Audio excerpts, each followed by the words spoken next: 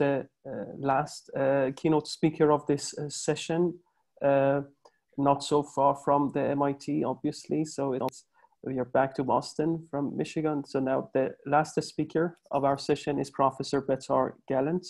Betar is a professor in the Department of Mechanical Engineering at MIT. She obtained all her degrees, Bachelor of Science, Master's, and PhD, all from the same department where she works now, and was also a postdoc at Caltech in between for 2 years. Her research group at MIT focuses on non-aqueous battery technologies, including advanced primary battery gas and liquid cathodes, new methods to study the lithium solid electrolyte interface beyond lithium anodes, and electrochemical CO2 capture and conversion, including in non-conventional solvents. She's the recipient of an MIT Bose Fellows Award in 2017, Army Research Office Young Investigator Program Award in 2019, last year, and SciLog Fellow in Energy Storage, again last year, 2019. She's going to talk about opportunities for intersection between electrochemistry and CO2 sequestration. Quite a developing and quite a very, very hot research subject. So without further ado, Betar, the stage is yours. Great. Good morning, everybody. Thank you for the very nice introduction. And I want to start by saying it's been a real pleasure to listen to the talks this morning. So a lot of very compelling, thrilling, actually new ideas emerging, and clearly there's a lot of really important work to do in this space.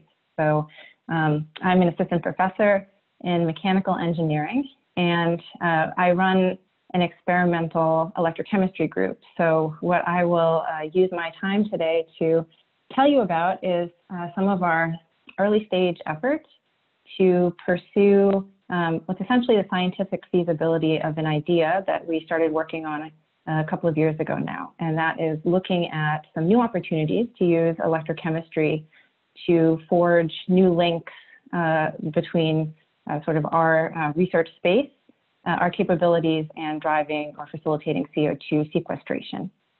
Before I get too far into things, I would like to acknowledge Dr. Aliza Khurram, who is a PhD student with me who conducted this research over the course of her PhD. She just successfully defended in the spring. So she gets much of the credit for forging into this ambitious and challenging, but also a rewarding area.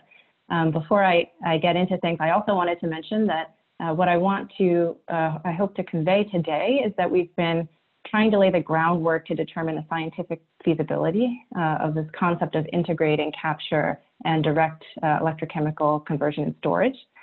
We are very much looking for collaborators who would be interested in working together to look at some of the economic analysis of these concepts now that we believe we've really laid the scientific groundwork for it. So just a little bit of background about what my group focuses on. So as mentioned in the introduction, we're a non-aqueous electrochemistry group. More than half of my group is working on advanced energy storage concepts. So you can think more in the vehicle electrification space. But we also have been working pretty significantly in the area of what I think of or describe as gas to solid electrochemical reactions. So why are these interesting? Well, technologically, I started out working in this space actually a number of years ago during my PhD when I became interested in methods to convert gases like oxygen to a solid phase. So you can react it, for example, with lithium metal or other alkali metals to form a solid lithium peroxide.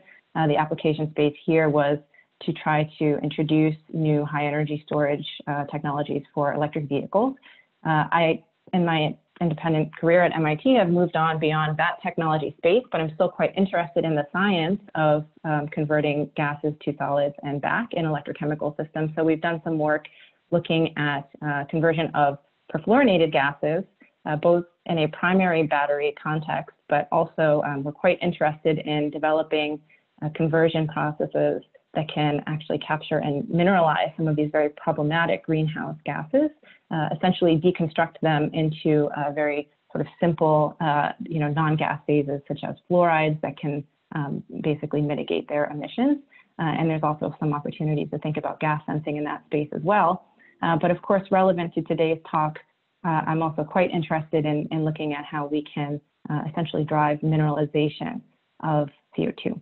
And so here I've just generically indicated the kind of very high-level concept is to think about how we can electrochemically facilitate conversion of CO2 with some kind of cation. Here I've just indicated A, so this could be, let's say, for example, given the stoichiometry, we can think A is a kind of alkali cation, but you could also think beyond lithium, sodium, potassium, you could think about this being magnesium or calcium, particularly some minerals where there's actually real, potential to have net,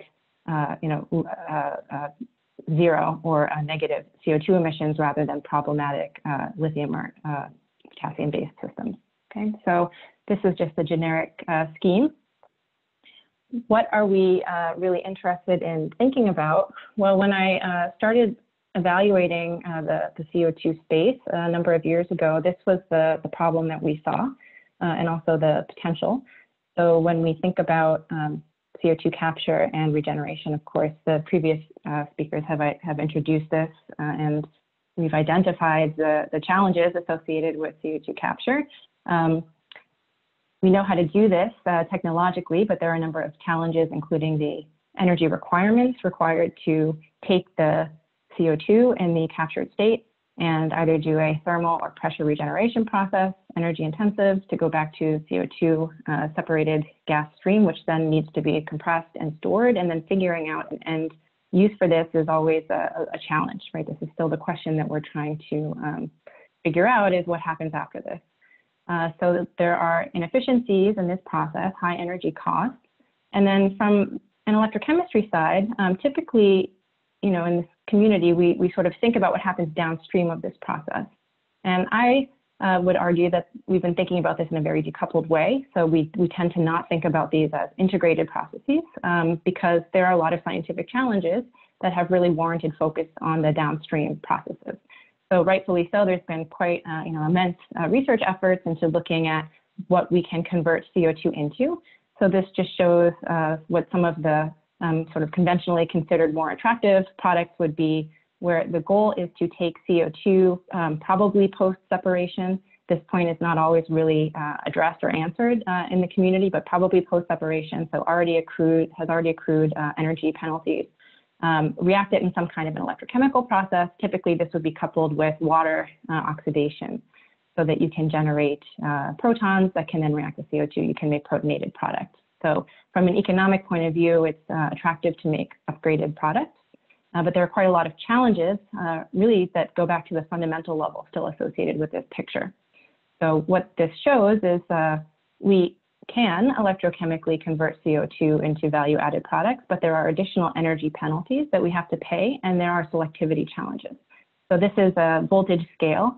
This is just showing a cathode reaction. So if this is not all that meaningful, you can just think about the farther left we go here, it corresponds to increasing energy input to drive this reaction.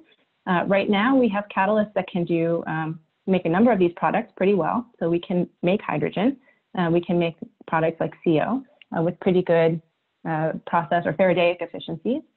But if we want to make some of the products that can really go directly into vehicles, for example, or supplant energy intensive chemicals, then we need to actually apply larger cell voltages. This also couples with some of the high voltages required to split water at the opposing electrode. And so we really take a hit in terms of energy efficiency and also selectivity. So there's really a mismatch between what we can make and the products that we would really like to be able to make to have the largest economic and also environmental impact.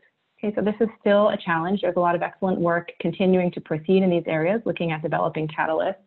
What we wanted to ask is, are there ways to think about this perhaps in a different manner? So we tried to look at whether there are actually opportunities to kind of break what we thought is something of a gap between these two processes and look at ways to further potentially integrate these processes. So if one could think about avoiding the need to go back to a CO2 gas state prior to doing these types of conversions, we thought that there was some interesting opportunity and potential there. Why is this important to think about potentially looking at other processes and other products? Well, a lot of the products that I indicated on the previous slide, they temporarily fixate CO2, but it's not a permanent fixation. So this is just a very nice schematic that really indicates, I think, the essence of the problem. A lot of the products that were called out in the schematic, whether it's supplanting products in the chemical industry to make these from post-capture CO2 emissions, or whether we're trying to make fuels or so on. These you can think of course, as cycling or not closed pathways. As soon as you combust whatever the fuel is that you make, of course, you emit CO2 back into the environment, and you actually convert this now to a direct air capture problem, which is in many ways arguably more challenging. So what we were interested in doing was sort of thinking about this space over here where there are actually relatively few technological solutions to contribute to permanent fixation of CO2. So what do we want to do with CO2? Well, from our point of view, a very compelling answer is to basically store it in as stable and permanent of a phase as we can identify. So when we think about natural mineralization or storage processes, look something like the scheme over here, where you pump CO2 underground. If you can find the right mineral geological formations, you can find the right conditions where you can actually sort of leach the right mineral ions, magnesium, calcium, and so on, react it with CO2, and ultimately you can form things like carbonates. Okay, so this is the ideal, and the advantages are that it's safe and you can affect permanent storage if you can get it into a carbonate. The challenges are that these reactions have very long time scales. They are very slow under ambient temperature and pressure. There's a lot of site specificity, so there's geological variability. You have to then have to deal with the logistics of connecting your point source emission site with your point of storage, so there's transport and infrastructure challenges. This is a stationary solution, so that's okay, but it's also interesting to think about potentially looking at portable or let's say non-site anchored and distributed technologies that can contribute here, pertinent to the previous talk. And again, that's a post-capture approach. So there are upstream energy penalties that have already accrued.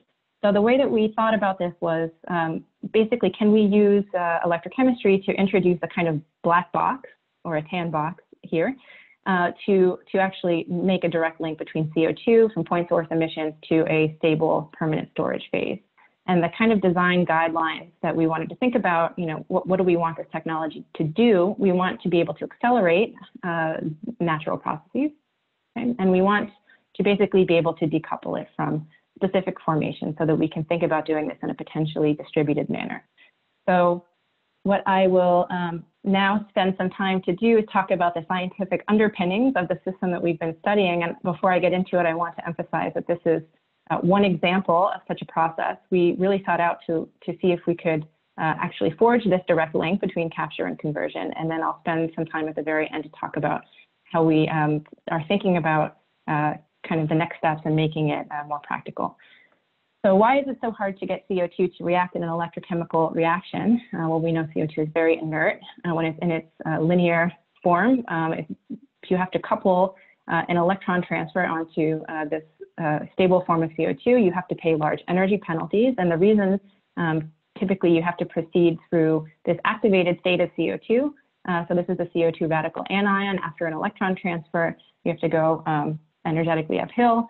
And this is what actually pins us to need large input voltages to drive this reaction. So this just indicates overpotential, but you can think of this as a voltage loss that we have to pay to go through this state and then make the products that we are interested in. Here just showing one example. And so what catalysis does, this is not our approach, but what catalysis does is they figure out how to essentially stabilize this intermediate and lower the energy required to proceed through this pathway and get to the products that you're interested in. So this has been very helpful, but we still, as I indicated in a few slides back, haven't really gotten to the overall efficiencies and selectivities that we need for the products we want. So what we started to think about are there motifs that we can invoke that will look a little bit different than the more conventional catalysis approach that can help us activate CO2 into this kind of electronically reconfigured and activated state so that we can then do subsequent electrochemistry. And so this shows the motif that we've been using. We actually, going back to this picture of capture, so realizing that amine motifs do a very good job of essentially exothermically binding CO2, we wanted to ask the question of whether we could use this as an activating step for subsequent electrochemistry. So this just shows what a typical reaction mechanism would look like in a capture process where you have an amine shown here, and you react with CO2, and then you can form one of several states. You can form a carbamic acid where you have CO2 here, and the proton hops over here. So you have an acid form, or you can react one CO2 with two amines, and you can form an ammonium carbamate where you have the carbamate here, and this is the ammonium cation to balance it. And typically what you do in regeneration is you go through a thermal process back to the state here, and then it's a reversible process. And so what we wanted to understand is, are there opportunities to intervene here or here to electrochemically break this bond and affect this transformation? So this is the picture that we have been working on. And so the idea is, once you have the CO2 in this kind of bound or activated state, and you know, at this point, this is just a hypothesis, but I will show you in the coming slides how this actually looks and how this works. Then when you do the electrochemistry, you've sort of already overcome potentially one of the barriers, and you can, you know, can we then directly cleave this bond to cycle the CO2 to some kind of a product? Okay, so there are a number of advantages. I already mentioned that this allows for integration. We've been specifically interested in developing a proof of concept of this study in cells that contain alkali metals. Economically, that's not really the way to go, of course. We've started out with studying lithium actually as the co-reactant for CO2. You know, huge red flags. We're not proposing that that is the final solution, but we wanted to find a way to study whether this process was even feasible, and then start to move to more earth-abundant materials. Regardless, in these cells, you actually have an energetically downhill process to a mineral. So it's a galvanic cell, and we are investigating whether, if we choose the co-reactant correctly, whether we can have overall improvements in energy efficiency by removing these intervening regeneration steps. So what needs to happen in order for this to really work? We need to prove that you can actually use electrons to undo the bond that forms between nitrogen and carbon. You want to be able to do this reaction without essentially chewing up or parasitically reacting the amine. The amine is there as a facilitator, but you want it to then be able to cycle the bound CO2 to some kind of a product. And then you want to be able to regenerate the amine so that it can continue to bind CO2. Right? So these are the kind of key pieces that we set out to study. So to study this reaction, we build electrochemical cells. And I just want to take a moment to motivate kind of where we started. So we started out by looking at the reaction of this process. This is the cathode reaction, where we have our amine here as a cartoon, bound CO2. And for the anode, we use lithium metal. So why do we start here? And the environment in which we're studying this is a non-aqueous environment. Okay, so we use lithium. We need to use some kind of non-aqueous solvent. Why did we start here? We actually did look at this process in aqueous systems. There are some interesting outcomes there, but it was actually very complex, as I'm going to show you in the next couple of slides quickly. The reactions are quite difficult, actually, to characterize and study. And so we wound up finding that we had significant advantages if we could shift away from an aqueous environment where we had co-formation of hydrogen and other products to just simplify the reaction and verify that we could form something like a carbonate, which was much easier to characterize. And as I mentioned, we've been working in this space a lot. So a lot of the cell components and technologies that we needed to know how to use were already developed. So we were able to build these cells. And this actually just shows some of our earlier efforts where we did a lot of screening now to design the capture medium. So what we're doing is we're translating amines into an organic electrolyte. So typically in CO2 capture, this is most commonly done in an aqueous environment where you have, let's say, about 30% amines and water. And so we had to spend efforts to figure out the physical chemistry of what CO2 capture looks like in these other environments. So we did a lot of screenings where we looked at different solvents, and we also needed supporting electrolyte salts so that there's ionic conductivity. So we had to look at this sort of mutual compatibility of these different components. At the end of the day, a lot of the combinations led to drastic increases in viscosity or salt precipitation when we introduced CO2 into these media. So we ruled them out, and we were able to identify one promising looking combination to continue with our study. So we focused on one amine, ethoxyethylamine, a particular salt, and DMSO solvent. And this was actually an interesting case because if you try to just react CO2 directly, discharge it at a cathode in the system without amine, you'll see that there's no activity. And so it forms a good comparison or baseline for our study. I'll show you that in just a moment. We did a lot of work. I don't want to spend too much time digging in deep into the chemistry, but if you're interested to learn more, you can read our papers. But we did a lot of work to understand how these sort of complex electrolytes interact with the bound CO2 and modify the reactant state. So what we do is we build a cell, the electrolyte is there, you flow CO2 in, CO2 is captured into the electrolyte, and then it's available for electrochemical reactions. So before we do any conversion, this is ultimately what our reactant state looks like. You have lithium salts, which actually will associate with the carbamate anion here. And we believe that this is what actually forms the state that's active for subsequent electrochemistry. We've done a lot of studies with NMR to look at the sort of equilibrium speciation and so on. So we build cells, as I mentioned, flood them with CO2. When you don't have any amine around, this is what it looks like when you try to discharge a cell. What we like to see in an electrochemical cell is a healthy voltage plateau and significant capacity. So this axis here is capacity. We normalize it to the grams of carbon that is used as the cathode, which is basically just a support for this conversion reaction. So if we don't have amine, we see no activity. And then if we don't have CO2 also, we see no activity.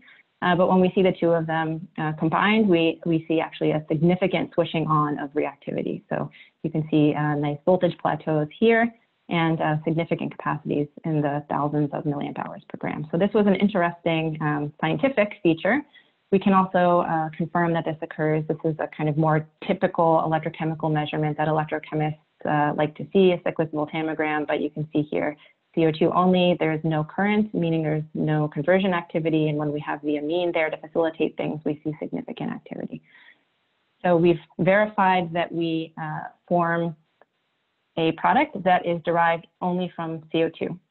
So we form carbonate. This is a TIR showing that that's the only product that we see. You can actually visualize these cathodes after discharge. This is just a non-discharge cathode with carbon particles, and then this is what it looks like afterwards. So you can see the formation of, in this case, lithium carbonate.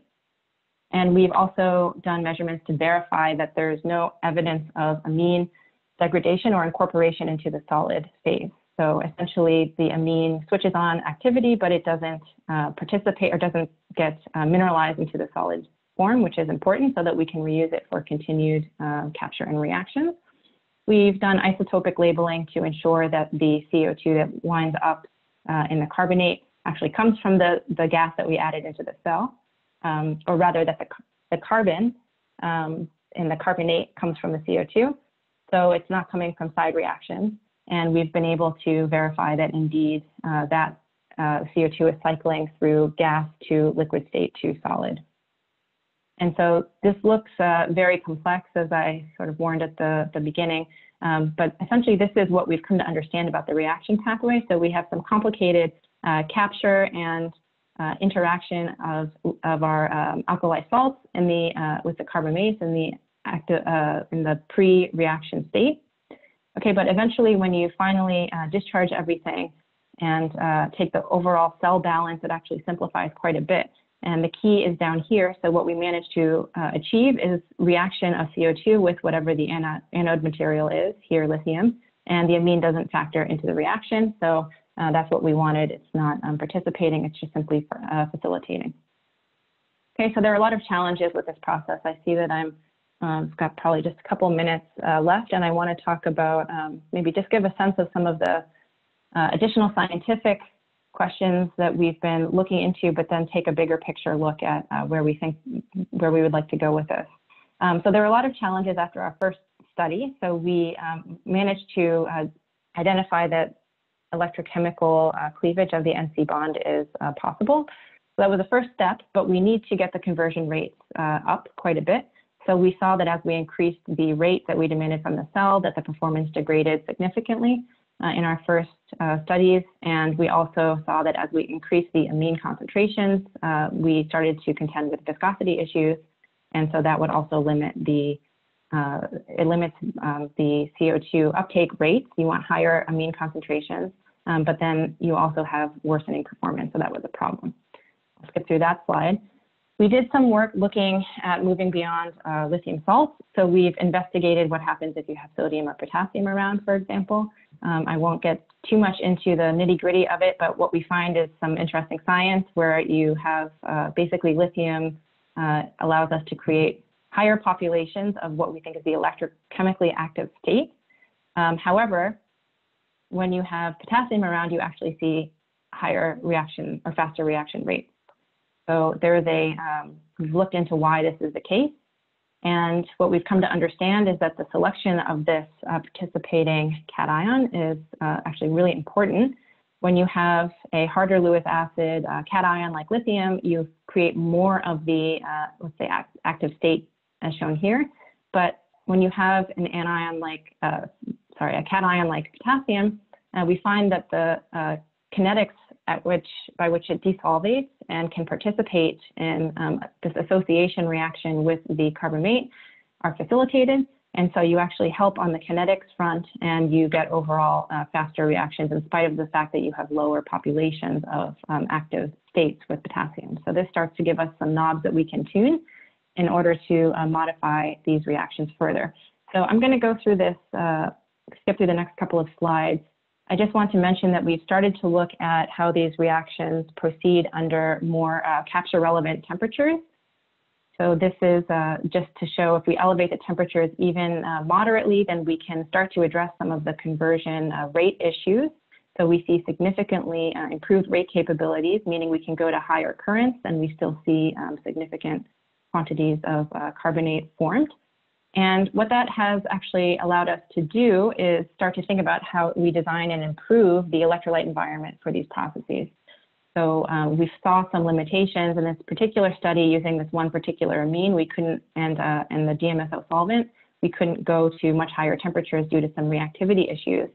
And that occasioned us to look at different solvent environments. So this is an ether-based solvent, and we had to identify a different amine that would be compatible with this solvent. But what we were able to do eventually is identify that DIPA, or basically this secondary amine here, was also active for this process, and it allowed us to move up to higher temperatures where we see significantly improved kinetics. So this actually was sort of a very, very first step to look at whether these processes could actually be used at higher temperatures that one would want for integration in realistic CO2 capture processes. We're still a very long way off from integration with real flue gases. All of our studies use concentrated CO2. So, and there's no water around, and there's also no oxygen around. So we are increasingly interested in seeing what happens when we integrate our existing systems with more realistic gas inputs. That's going to be coming, I think, in the coming months and years. But I guess the takeaway is that what we learned is that there's actually a much wider design space available for these reactions than we knew from the beginning. So we believe that this is really generalizable to a number of amines and solvents. And now that we have the first evidence that we can expand the design space with additional amine chemistries, we are really interested in looking how we can further accelerate these conversion processes. This is a complicated slide, but shows basically comparing the rates that we're able to achieve at present with some of the existing or previous attempts in literature to facilitate carbonation reactions. So this slide contains a number of different units, so it's a little challenging to compare across all of the examples, but you can focus on, for example, here, typical in situ carbonation reactions that one would try to accelerate, let's say within a beaker type of environment, where you typically need to go to higher temperatures and pressures, can get, let's say, about 1 ton CO2 per year per cubic meter. This is a slow time scale. But what we are able to find so far, and I also want to emphasize that we are very far from optimizing these reactions. So these are just sort of based off of what we've been able to achieve with highly, these are not reactors that we've designed, but they're sort of fundamental electrochemical platforms. And our numbers indicate that we're able to really significantly accelerate the rate of CO2 mineralization to a solid by a couple of orders of magnitude, we think. These numbers are being updated actually very quickly as we continue to research and improve the kinetics of these reactions. So I had to check this number even today with our latest results, and actually some of our numbers indicate that it can be higher than this. So we're going to continue to work in this space. I think the exciting point is that we're able to do this at room temperature or close to room temperature and ambient pressures. And so this starts to open up a pathway where we can potentially go from CO2 to a solid, again, without needing to go through this intervening regeneration step. The final point that I want to make is lithium, of course, is a dead end if we're thinking about using it as a consumable material to mineralize CO2. So we are indeed very much looking at the potential to look at more earth-abundant materials such as magnesium and calcium to drive this process. That analysis is ongoing. So electrochemically, there are some challenges with using magnesium and calcium in these systems. We're working on that at a fundamental level. I refer you to some of our, we have a recent sort of review on some of the challenges related to calcium, and we continue to work on calcium with some work coming out soon, we hope. But this is the vision, and we are currently doing life cycle analysis with our collaborator, Professor Elsa Olivetti in the Department of Material Science at MIT, which has indicated that there's some potential interest in looking at these, some of these elements here, and definitely moving away from lithium, which is a dead end. Okay, the very last point that I will make is that we have focused on the proof of concept that one can use electrons to basically break this bond here, the nitrogen-carbon bond, and cycle CO2 to some kind of an end state. We've been very interested in permanent fixation, so opportunities for mineralization, but we're also interested in using this as a platform to look at other processes. So increasingly, we are also studying what happens when you have trace amounts of water or proton donors around in this environment here, so that you can start to think about whether amines can also facilitate production of other types of products. Okay, so I hope we'll see more on that in the coming years. As I mentioned, we are very much looking for collaborators now that we have the scientific understanding emerging to really think about where, if and where this can have some impact. And I wanted to conclude by saying that we are very interested in bringing new minds to bear on this problem. And if there are any in the audience who potentially are interested in looking for postdocs, we have some positions available and very much interested in recruiting. So if this appeals to you, please reach out to me and I'd be happy to talk further. So with that, I will wrap up and just give my acknowledgments. And again, I want to in particular acknowledge Lisa Kurum, who conducted this work as her PhD. So thank you very much for your attention, and I look forward to your questions and feedback. Thanks a lot, Betar, for this great talk. And I can just second Boz's comment here in the chat room that this is totally fascinating. And I fully agree with you, Boz, about this. So I start the questions, and they have already been posted here in the chat room. The first question is about the use of biological catalysis. Have you thought about that to utilize this? I will say that's not our wheelhouse. If there are folks out there who see the potential to integrate that with some of our systems, I really want to emphasize that what we want to do is figure out, in a way, I don't want to say we're technology agnostic, okay, but we want to find the solution that works. So I think, it takes some years to actually dig into the science and show whether a concept is feasible, but what you need to do then is really dig in and then get the economics right and show that there's real impact. So that's what the state that we're at now. Very interested in that idea if folks want to talk more about that, but the short answer is no, we haven't worked on that. Sure. So we have the next question from Sam. It's he's asking, have you performed any experiments or analysis to support the proposed mechanism versus the direct CO2 absorption reduction or some other reaction pathways? Have you done any comparative study and analysis? If I understood yes. the question, so yes, we spent a lot of time to make sure that the pathway that I had put up here is really what's going on. So this has not been an easy task because there are a lot of moving parts. I went through this very quickly, but there's, you know, amines participating, there's CO2. We believe that there's a complex participation of both bound CO2 and also physically absorbed CO2. So I'd be happy to share our papers on that, but we are quite confident that this is the process that's occurring. Why? We see the carbonate, we can, you know, visually see it, we can detect it, we know that it's coming from the CO2. So I think that that is not in question. What becomes the key question is how do the energetics and selectivity really relate to other electrochemical processes? That's harder to evaluate because it's not apples to apples, but we are very much looking at it. So I don't know, I hope that yes, sure. answered your question in part. That clarifies quite a lot. So the next question from Sarah is what end products do you think might be feasible and marketable from these processes? Yeah, so we actually have focused on products that the number one goal is to get CO2 out of the gas phase. So far, we have been making carbonates. There are markets for carbonates.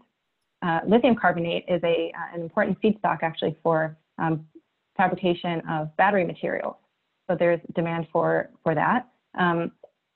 Calcium carbonate, if one can think about making it in this type of a process, is used in cement. Whether or not that can be made, you know, that has associated CO2 emissions when you process carbonate. So one needs to think very carefully about that.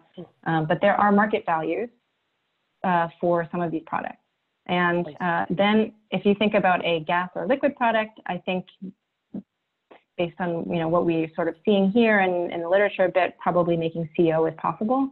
Whether or not you can make it kind of more efficiently than today's direct aqueous reduction processes, that needs to be compared. We need to study them. Sure. Next question by Ju, as he's complimenting your presentation, but I go straight to the question. He's asking, what is the form of the carbon deposited on the electrode? How great question. Electronically conductive are they? Yes. So this has been actually the most challenging part of this reaction. So you'll notice there's a little carbon hanging out here as a co-product, and I didn't acknowledge it at all. So thank you for that question. This has been very hard to identify. The reason is that we actually use carbon electrodes as a cathode.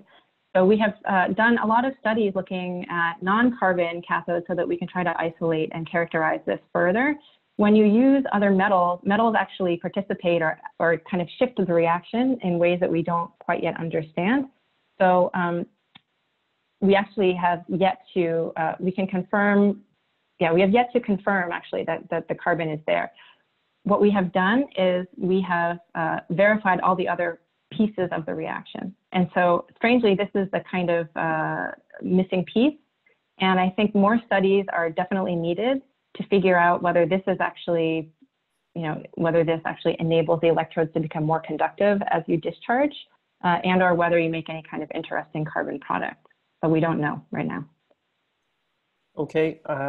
I see that the time is up, but if the organizers would allow me, I would go a little bit for one more minute further to the questions. We actually have a 25-minute coffee break. So actually, we just have open mic session. Just keep going. Okay, great. Because I saw you due to turn on your camera. I thought that I should wrap up the session, but I'm glad that we have virtual coffee break. So that's actually nice. Everyone can turn on their camera and mic. That's nice. That would be really nice if everybody turns on the camera. Do you want me to unshare so we can see one another? Yes, that would be also, yeah. Okay. So whoever can turn on the camera, that would be really nice and give us good chemistry to see you all from different locations. And I would like to continue the discussion, and also please feel free to pose any possible questions that are left as well. So I would like to continue with a colleague, Laisu Su. I hope I pronounce your name well. The first question is asking about the reversibility of the reactions. Is the reaction reversible, or it's going to be permanent? Depends on your definition of reversible. So one can charge the cell. It is possible to take lithium carbonate, for example, back to CO2.